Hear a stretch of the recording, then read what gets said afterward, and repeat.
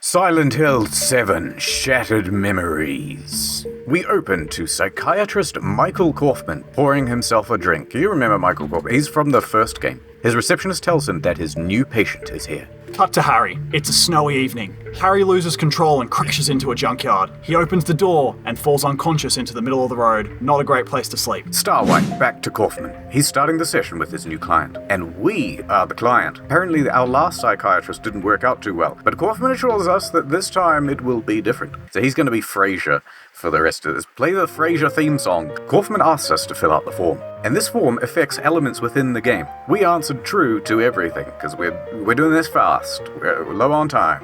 Spiral wipe. Back to Harry. He regains consciousness. He realizes that his daughter, Cheryl, remember Cheryl? She's missing. No. He looks around the car for a short period, then he gets hungry and goes to the diner. I gotta find my daughter, but I'm also a bit peckish. How am I going to find my daughter on an empty stomach? He talks to the barmaid. Hello, barmaid. It's nice to meet you. Hi, what's your name? I don't know. Wait a minute. That means I have amnesia. Fuck, I just realized. Alright, that's a problem. How do I remember that I have a daughter if I can't remember that I have... What? Alright, so the barmaid takes Harry's wallet. According to Harry's driver's license, he lives at 1206 11th Street in Silent Hill. The barmaid says that Cheryl probably went home after the crash. An Uber all the way back here. Harry begins to head home, but then he gets a phone call. It's nothing but static. Harry thinks this means that Cheryl is waiting for him. No, she always sounds like that over the phone. Hey, Dad. Yeah, I'll pick it up on the way home, that's fine. Suddenly, the world transforms into the ice world. What a surprise, monsters are in the ice world. Harry runs all the way home. He does not fight the monsters because he does not have any courage. Is he gonna faint? I thought when anything happens, he's supposed to faint. I believe in this one, rather than fainting, we just cut back to Kaufman.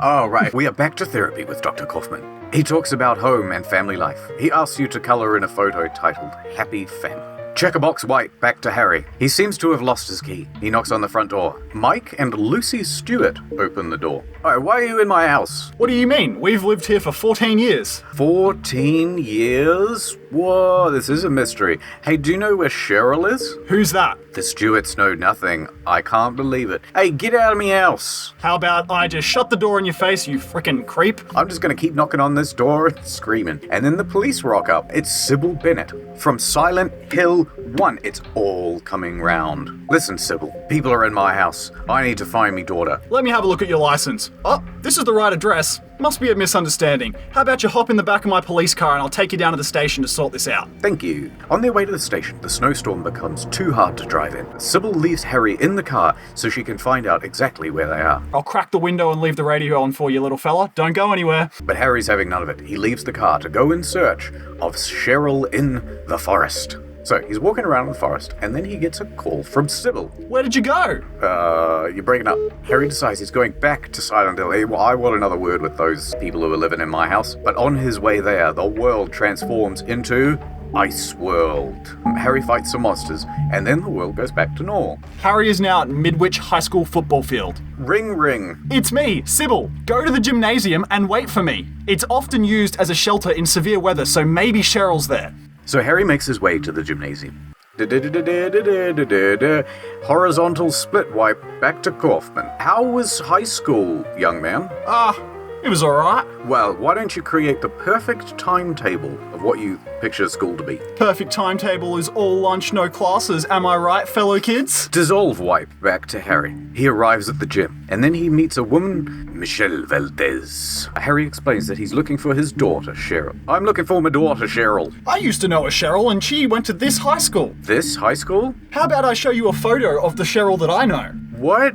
She seems to be much older. Harry and Michelle head to the principal's office. There they find Cheryl's high school records. It seems that she lives on Simmons Street, not Levin. What's going on? So Harry heads out to Levin Street to find Cheryl. I want some answers, damn it, and I'll want them now. As he's leaving the high school, Harry then goes into the nightmare realm. He sees flashbacks of Cheryl's time in high school. She's getting bullied. So I just have to do a PSA. Guys, bullying is wrong. Bully equal bad. Yep, I don't support bullying.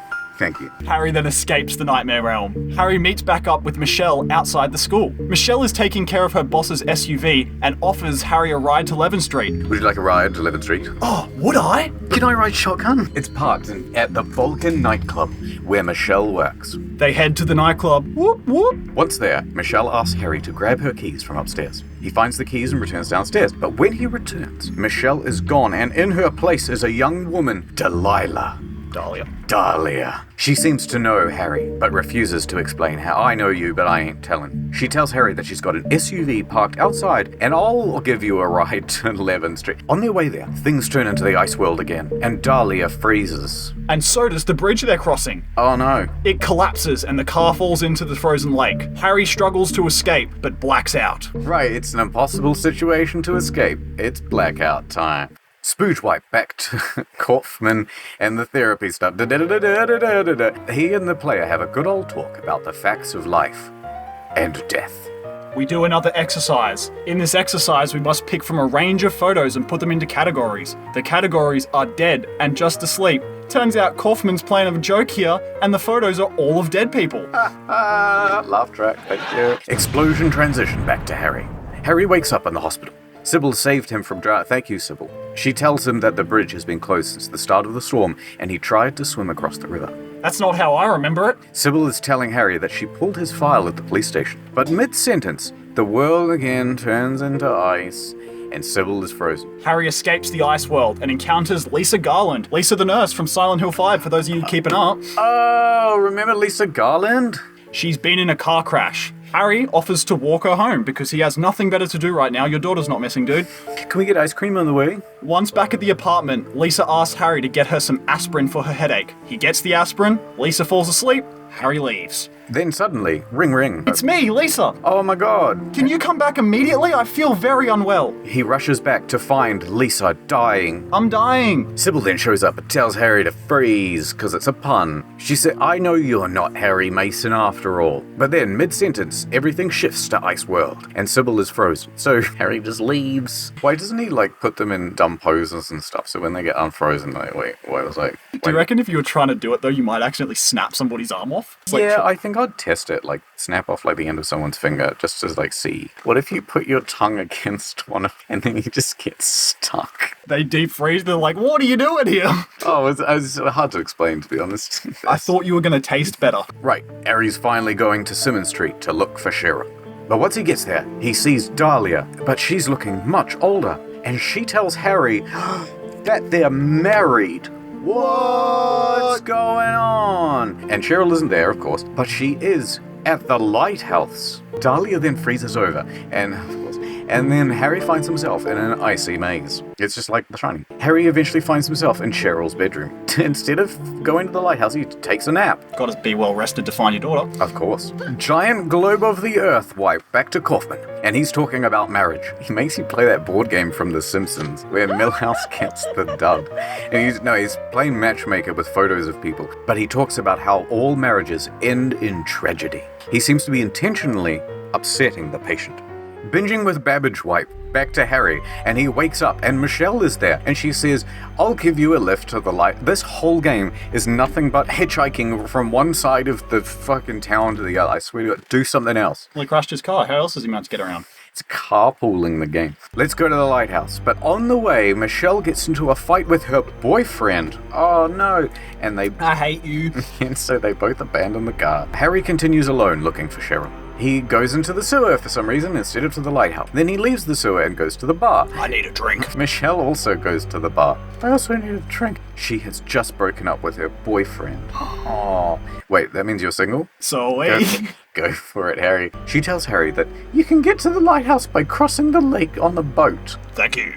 Fraser transitioned back to Kaufman's office. Now they're talking about sexuality. They play an association game with abstract art. Dad looks like a penis. Dad looks like a penis. Ooh, boobs. That's my lunch. Another transition, I ain't doing the thing. Harry makes his way through the amusement park to find a boat. On the boat, he finds Dahlia. I'm young again. Hooray, are you single? I am. He asks her to take him to the lighthouse. She agrees. I'll take you for a price. Scissors, paper, rock for a kiss. He loses, and now they have to do it. Right after Harry pulls out, the ice world comes back and freezes Dahlia in place. Harry uses this as an opportunity to jump ship and walk the rest of the way. Bye, Frozen Dahlia. Catch you later, rock and roll. Yeah.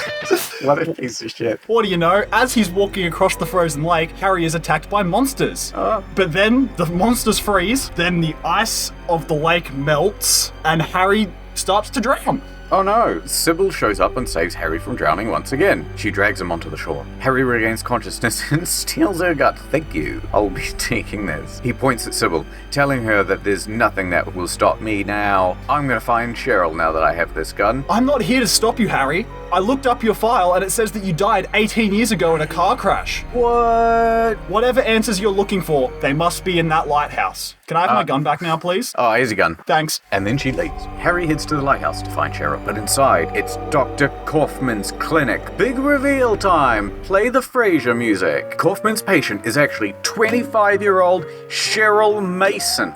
Bet you didn't see that coming. This is just like the ending to Shutter Island. Yeah, pretty much. But who did it first? Yeah, that's a good point. We'll find out. We're going to put that here. Can you believe it? This was the one that was first. Wow! We've been playing as Harry, a delusion created by Cheryl. And Cheryl refuses to accept Harry's death. Kaufman is fed up. He smashes his drink against the wall and tells her, "Move on!" But then Cheryl sees Harry into the room. Harry kneels down to talk to his daughter. Harry says, "I'll always be with you." And then I smile and freeze. The game ends with home video footage of Cheryl's childhood. Harry looks like he's getting ready to leave. He tells her that the divorce has nothing to do with her. You're not even involved. He tells her that the divorce is not her fault and that he will always love her. Oh, thanks. Why would I think it was my fault? Well, because it's not my fault. I'm just playing video games. Anyway, the end. 2 Christmases. Cue the Frasier theme song.